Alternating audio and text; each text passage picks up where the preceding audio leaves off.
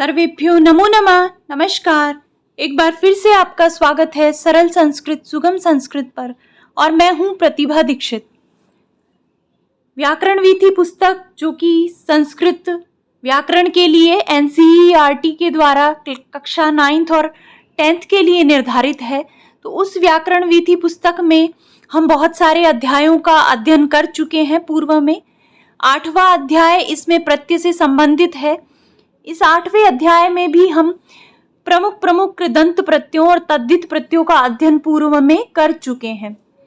इस वीडियो में हम इस पुस्तक के अंतर्गत दिए गए स्त्री प्रत्ययों का अध्ययन करने वाले हैं। हालांकि कक्षा 9th और 10th के लिए ये पुस्तक निर्धारित है तो उनके लिए तो ये महत्वपूर्ण है ही, साथ ही किसी भी प्रतियोगी परीक्षा की तैयारी करने वाले संस्कृत विषय के विद्यार्थी के लिए भी ये वीडियो उतना ही महत्वपूर्ण है, क्योंकि इसमें बेसिक बातें जो कि सामान्यतः हम नहीं पढ़ते, जब बड़े लेवल पर चले जाते हैं तो ऐसी बेसिक बातें दी गई हैं। सरल शब्दों में प्रत्ययों को समझाने का प्रयास किया गया है।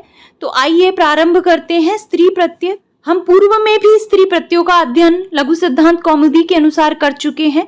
अगर आप लघु सिद्धांत कौमुदी के अनुसार सूत्रशः स्त्री प्रत्यय पढ़ना चाहते हैं तो संस्कृत व्याकरण नामक एक प्लेलिस्ट है जिसका कि लिंक डिस्क्रिप्शन बॉक्स में दिया गया है। उस संस्कृत व्याकरण नामक प्लेलिस्ट से आप स्त्री प्रत्यय से संबंधित वीडियोस देख सकते हैं। आइए प्रारंभ करते हैं। स्त्री प्रत्यय क्या होते हैं? संस्कृत में 3 प्रकार के प्रत्यय माने गए हैं: कृदंत प्रत्यय, तद्धित प्रत्यय और स्त्री प्रत्यय। उनमें से जो धातुओं के साथ जुड़ते हैं वो कृदंत प्रत्यय होते हैं, जो शब्दों के साथ जुड़ते हैं वो तद्धित प्रत्यय कहलाते हैं, जो शब्दों के साथ जुड़ते हैं वो तद्धित प्रत्यय कहलाते हैं, और जो पुल्लिंग शब्दों के साथ जिन प्रत्ययों को लगाकर स्त्रीलिंग या स्त्रीवाचक शब्द बनाए जाते हैं उन्हें स्त्री प्रत्यय कहते हैं। तो ऐसे प्रत्यय जो स्त्रीवाचक शब्द बनाते हैं पुल्लिंग शब्दों के साथ जुड़कर वो स्त्री प्रत्यय कहलाते हैं। मुख्यतः 6 स्त्री प्रत्यय हैं: टाप, डाप, चाप, नीप, नीश और ञीन। इनमें से ये जो टाप, डाप, चाप हैं इनके पूर्व वर्ण च, ड, ट की इत संज्ञा होकर इनका लोप हो जाता है। अंतिम प का हलंत्यम से इत संज्ञा और लोप होकर इन तीनों में ही आशेष रहता है। और ये जो तीनों हैं नीप, नीश और नीन, इनमें न की इत संज्ञा श और प की इत संज्ञा हलंत्यम से और ग की इत संज्ञा भी हो जाती है, तो इसमें दीर्घ ई शेष रहता है। तो टाप, डाप, चाप में आ तीनों में ही आशेष रहता है और नीप, नीश और नीन इन तीनों में ही दीर्घ ई शेष रहता है। तो पहले किन शब्दों के साथ टाप, डाप और चाप प्रत्यय होते हैं उनकी बात करते हैं।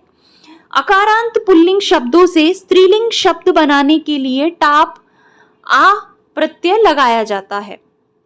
जैसे अकारांत है अश्व, तो इसमें एक सूत्र है जो कहता है कि अश्वादि अकारांत शब्दों से टाप प्रत्यय होता है। तो अश्व में टाप जब प्रत्यय करेंगे तो प और ट की संज्ञा हो जाएगी। ट की संज्ञा चूटू से होगी और प की होगी हलंत्यम से, और दोनों का ही तस्य लोपः से लोप होकर आशेष रहेगा। अब अ और आ इन दोनों में दीर्घ होकर यहाँ पर अश्वा पद बनेगा। तो जब अश्व में टाप प्रत्यय होता है तो स्त्रीलिंग बनता है अश्वा। इसी प्रकार सुत से टाप प्रत्यय होकर पद बनता है सुता, सरल से टाप होकर पद बनता है सरला, प्रथम से टाप होकर पद बनता है प्रथमा। अब यदि पुल्लिंग शब्द के अंत में अक हो तो आ प्रत्यय लगने पर इक हो जाता है, अर्थात ऐसा अ अंत वाला शब्द जिसके अंत में तो अ है तो वो अकारांत पुल्लिंग हो गया। शब्द के अंत में अगर अक हो पुल्लिंग में तो आ के स्थान पर इक हो जाता है। ये जो अक है इसके स्थान पर इक हो जाता है, अर्थात अ को ई हो जाता है और बाद में आ तो लगता ही है। तो जैसे बालक, यहाँ पर अंत में अक है तो इसमें अ क के स्थान पर इक हो जाएगा, तो बाली क और आ मिलकर हो जाएगा बालिका।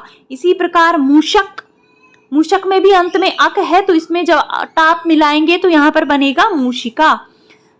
शिक्षक, शिक्षिका, साधक, साधिका, गायक, गायिका, नायक, नायिका। तो इस तरह से आप समझ गए।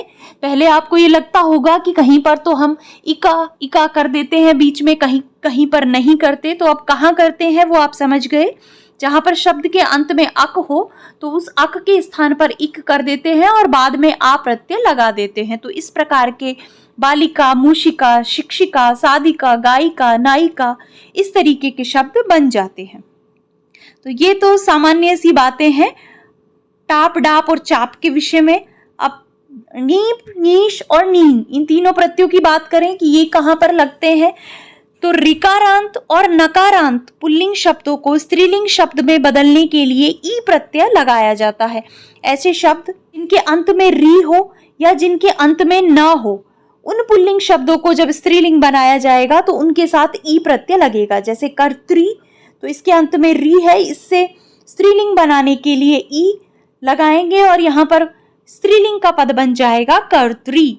तो ये पुल्लिंग पद है कर्त्री, और जब इसका स्त्रीलिंग बनेगा तो इस तरीके से कर्त्री बन जाएगा। री के स्थान पर र हो जाएगा और ई बाद में जब पूरा जुड़ेगा तो इस तरीके का पद यहाँ पर बनेगा। ऐसे ही दात्री से स्त्रीत्व की विवक्षा में जब ई लगाएंगे तो यहाँ पर बन जाएगा दात्री। धात्री से धात्री। तपस्विन, ये नकारांत है तो नकारांत से भी ई प्रत्यय ही लगता है स्त्रीलिंग बनाने के लिए। तो तपस्विन से जब ई लगाएंगे तो पद बनेगा तपस्विनी। गुणिन से जब ई लगाएंगे तो पद बनेगा गुणिनी। तो इस प्रकार से ई प्रत्यय बाद में लगाया जाता है। आगे है अकारांत पुल्लिंग शब्दों तथा कतिपय जातिवाचक शब्दों में भी ई प्रत्यय लगाकर स्त्रीलिंग शब्द बनाया जाता है। कुछ अकारांत पुल्लिंग शब्द भी ऐसे हैं जिनसे आ ना लगाकर ई लगाया जाता है, और कुछ जातिवाचक शब्द ऐसे हैं जिनसे जब स्त्रीत्व की विवक्षा होती है तो ई प्रत्यय लगाकर स्त्रीलिंग का शब्द बनाया जाता है। जैसे नद शब्द है, तो नद से स्त्रीत्व की विवक्षा में आ ना लगाकर, वस्तुतः तो यहाँ पर अकारांत है तो उस हिसाब से तो आ लगना चाहिए, लेकिन नदी के लिए स्पेशली विधान किया गया है कि नदी से स्त्रीत्व की विवक्षा में ई प्रत्यय होता है और पद बनता है नदी। तो कभी आपसे कोई नदी का पुल्लिंग अगर पूछे तो नदी का पुल्लिंग हो जाएगा नद। इसी प्रकार देव से स्त्रीत्व की विवक्षा में ई प्रत्यय लगकर पद बनता है देवी। भयंकर से भयंकरी। गोप से गोपी। महिष से महिषी। शूकर से शूकरी। ब्राह्मण से ब्राह्मणी। मृग से मृगी। इस तरह से अकारांत पुल्लिंग शब्दों से भी ई प्रत्यय लगाया जा सकता है जब वो जातिवाचक शब्द के रूप में हो तब। और कहां कहां पर ई प्रत्यय का प्रयोग होता है, तो द्विगु समास का अंतिम शब्द यदि अकारांत है तो ई प्रत्यय लगता है। द्विगु समास जब हमने लघु सिद्धांत कौमुदी के अनुसार पढ़ा था तो वहां पर हमने बात की थी कि जहां जहां पर भी द्विगु समास होता है वहां पर ङीप प्रत्यय लगता है, और ङीप के और ग की संज्ञा होकर ई शेष रहता है। तो जहां पर भी द्विगु समास का अंतिम शब्द अकारांत हो, द्विगु समास का शब्द अकारांत हो, उसके अंत में अ हो, तो उसमें स्त्रीत्व की विवक्षा में ई लगा देते हैं। तो त्रयाणाम लोकानाम समाहारः, इस अर्थ में जब समस्त पद बनता है तो त्रिलोक बनता है, लेकिन इसमें यहाँ पर स्त्रीत्व की विवक्षा की आवश्यकता नहीं है। यहाँ पर सामान्य नियम है कि द्विगु समास में जब अकारांत हो तो वहां पर नीप प्रत्यय लग जाता है। तो जब त्रयाणाम लोकानाम समाहारः करेंगे तो त्रिलोक होकर उससे नीप प्रत्यय लगेगा, ई लगेगा और पद बन जाएगा त्रिलोकी।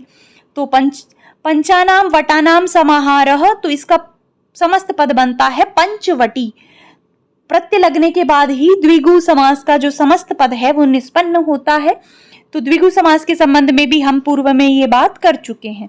और कहां कहां पर ई प्रत्यय लगता है, तो क्षत्रिय प्रत्यांत शब्दों को स्त्रीलिंग में बदलने के लिए ई प्रत्यय लगता है। ऐसे शब्द जो क्षत्रिय प्रत्यय लगकर बने हैं उनसे जब स्त्रीत्व की विवक्षा होती है तो वहां पर भी ई प्रत्यय लगता है। जैसे गम धातु से क्षत्रिय प्रत्यय जब करते हैं तो गच्छत बनता है, और गच्छत में जब स्त्रीत्व की विवक्षा होती है तो ई प्रत्यय लगाकर पद बनता है गच्छन्ति। वदत से वदन्ति।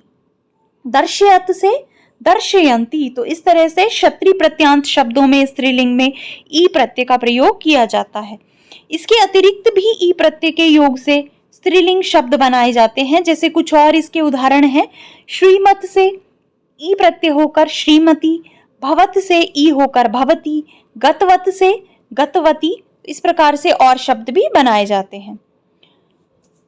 जाया अर्थ में पुल्लिंग शब्दों से, जाया का अर्थ है पत्नी अर्थ, जहां पर पत्नी अर्थ हो वहां पर पुल्लिंग शब्दों से नीश प्रत्यय, ईश में ईश शेष रहेगा तो वहां पर भी ई प्रत्यय लगाया जाता है। जैसे इंद्र की पत्नी, इस अर्थ में जब स्त्रीत्व की विवक्षा होगी तो इंद्र से ईश प्रत्यय लगकर पद बन जाएगा इंद्राणी। वरुण से ईश होकर पत्नी अर्थ में, जाया अर्थ में वरुणानी। भव से भवानी, मातुल से मातुलानी, रुद्र से रुद्राणी। तो इस तरीके से यहाँ पर आनी आनी होकर ई प्रत्यय का प्रयोग किया जाता है। कुछ शब्दों से स्त्रीलिंग शब्द बनाने के लिए आ और ई दोनों ही प्रत्यय लगाए जाते हैं। तो ये कुछ स्पेशल शब्द हैं जिनसे आ और ई दोनों ही प्रत्यय लगाए जा सकते हैं, लेकिन इनमें थोड़ा सा अंतर रहता है। तो वो क्या है देखते हैं। जैसे आचार्य शब्द है तो आचार्य से आ लगाकर आचार्या भी बनाया जा सकता है और ई लगाकर आचार्याणी भी बनाया जा सकता है। अब इनमें अंतर ये है कि जो आचार्य पद है उसका तात्पर्य है जो स्वयं पढ़ाती है, तो वो हो जाएगा आचार्य। और जो आचार्य की पत्नी है, जाया अर्थ में ई लगेगा तो वहां पर हो जाएगा आचार्याणी। इसी प्रकार उपाध्याय शब्द से उपाध्याया अर्थात जो स्वयं उपाध्याय है वो, और उपाध्यायानी। इसी प्रकार क्षत्रिय, क्षत्रिया और क्षत्रियाणी। क्षत्रिय की पत्नी अर्थ में तो यहाँ पर ई लगकर क्षत्रियाणी हो जाएगा, और जो स्वयं क्षत्रिय गुणों से युक्त है, साहसी है, वीर है, युद्ध करती है, रानी लक्ष्मीबाई के जैसे, वो हो जाएगी क्षत्रिया। तो इस प्रकार से कुछ शब्दों में आ और ई दोनों ही प्रत्यय लगाए जाते हैं। एक ती प्रत्यय का भी बिल्कुल एक छोटा सा प्रसंग है स्त्रीलिंग में कि युवन शब्द से जब स्त्रीत्व की विवक्षा हो तो वहां पर स्त्रीलिंग बनाने के लिए ती प्रत्यय लगाया जाता है। और स्पेशली युवती शब्द को बनाने के लिए ये विधान पाणिनि के द्वारा अष्टाध्यायी में किया गया है। तो युवन शब्द से स्त्रीलिंग बनाने के लिए ती प्रत्यय लगाया जाता है। तो युवन से ती होकर और स्त्रीलिंग में पद बनता है युवती। तो इस प्रकार से यहाँ पर बिल्कुल आसान और सरल शब्दों में बता दिया गया है, अलग अलग नहीं बताया गया कि कहाँ पर नीश होता है, कहाँ पर नीप होता है, लेकिन एक सामान्य रूप से ये बता दिया गया है कि कहाँ कहाँ पर आ आपको लगाना है स्त्रीलिंग बनाते हुए और कहाँ पर ई लगाना है। अब इससे थोड़े से प्रश्न भी इससे संबंधित दे दिए गए हैं, लिंग परिवर्तन से संबंधित, उनको भी यहाँ पर देख लेते हैं जिससे हमारे कॉन्सेप्ट थोड़े रिवाइज भी हो जाएंगे। तो पहला है बालक। बालक का जब स्त्रीलिंग करेंगे, अक इसके अंत में है तो इक हो जाएगा और यहाँ पर स्त्रीलिंग में बन जाएगा बालिका। आराध्या, तो आराध्या में अंत में टा लगा हुआ है। पुल्लिंग का जब यहाँ पर पद बनाएंगे तो आ को हटा देंगे और पुल्लिंग में बन जाएगा आराध्य। इस तरीके से प्रथमा, प्रथमा स्त्रीलिंग का पद है, जब इसका पुल्लिंग बनाएंगे तो बाद से टा प्रत्यय हटा देंगे और इसका पुल्लिंग हो जाएगा प्रथम। साधक, इसमें भी अंत में अक है तो जब इसका स्त्रीलिंग बनाएंगे तो क्या हो जाएगा साधिका। आचार्य, आचार्य स्त्रीलिंग का पद है, पुल्लिंग जब बनाएंगे तो पद बनेगा आचार्य। और धात्री, धात्री रिकारांत है, रिकारांत होने के कारण स्त्रीलिंग बनाने के लिए इसके अंत में ई लगाएंगे। तो धात्री से जब ई लगाएंगे तो स्त्रीलिंग में पद बनेगा धात्री। तो इस प्रकार से ये बहुत ही आसान सा सरल सा स्त्री प्रत्यय का प्रकरण है, आप इसको पढ़िए और बार बार इन शब्दों को रिवाइज कीजिए, जिससे देखिए प्रश्न इसी तरीके के पूछे जाते हैं। तो ज्यादा गहराई में घुसने से अच्छा है आप इस वीडियो को एक दो बार देखें, इन शब्दों को बार बार देखें। अगर आप बार बार भी पढ़ेंगे कर्त्री प्लस ई कर्त्री, तो आप सामान्यतः आपको ये याद हो जाएगा कि कर्त्री में ई लगाकर कर्त्री स्त्रीलिंग इस प्रकार से बनता है। तो आज के लिए इतना ही, इस वीडियो को यहीं पे समाप्त करते हैं, मिलते हैं नेक्स्ट वीडियो में। लेकिन जाने से पहले अगर आपको ये वीडियो पसंद आया है तो आप इसे लाइक कर दें, अपने मित्रों के साथ इसे अधिक से अधिक शेयर कर दें, और अगर आपने अभी तक चैनल को सब्सक्राइब नहीं किया है तो चैनल को भी सब्सक्राइब कर लें और बेल आइकन को अवश्य ही प्रेस कर दें, जिससे आगे जो भी वीडियो अपलोड हो आपको उसका नोटिफिकेशन मिल सके। तो मिलते हैं नेक्स्ट वीडियो में, धन्यवाद।